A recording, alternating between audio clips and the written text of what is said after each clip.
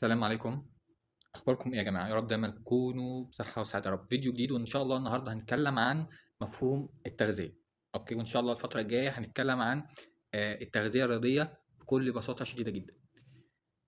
اول حاجه، بس قبل لما نتكلم عن التغذيه، اول حاجه لازم نفهم او نسال نفسنا سؤال: ليه الشخص نفسه ممكن ما يتمرنش، او ممكن يتمرن تمرين عالي جدا جدا وكويس جدا جدا، بس ما بيحصلش تطور في الاداء، او ما بيحصلش تغير في الاداء، او تغير مثلا في حجم العضل بتاعه؟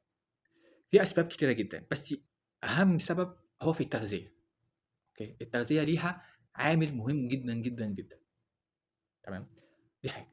الحاجه التانية، احنا لازم نفرق ما بين التغذيه الرياضيه والتغذيه العلاجيه، وفي علاقه ما بينهم ولا لا؟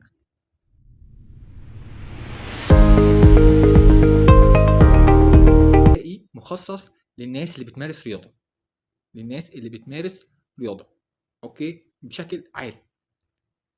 الهدف منه هو حاجات مهمة جدا، زي تحسين الأداء، زي بناء الضخامة العضلية، زي التحمل، زي الاستشفاء السريع، أوكي، أو تقليل الدهون.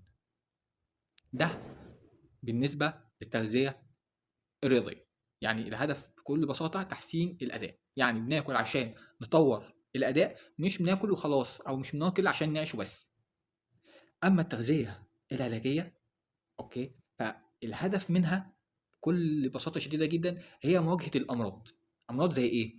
أمراض زي السمنة المفرطة، أمراض زي السكر، الضغط، أوكي، أمراض القلب.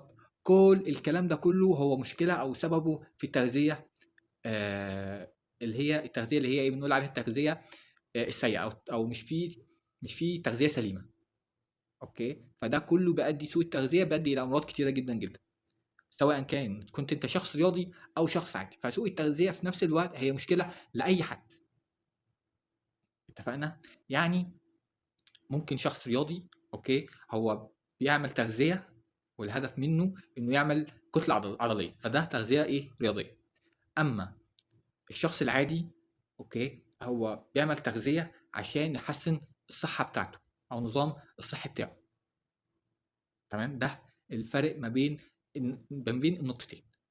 اتفقنا؟ والفيديو الجاي ان شاء الله، او من بدايه الفيديو الجاي، احنا هنتكلم عن كل حاجه، وخصوصا الفيديو الجاي هنتكلم عن السعرات الحراريه، وبعدين ايه الماكروز وخلافه. اتفقنا؟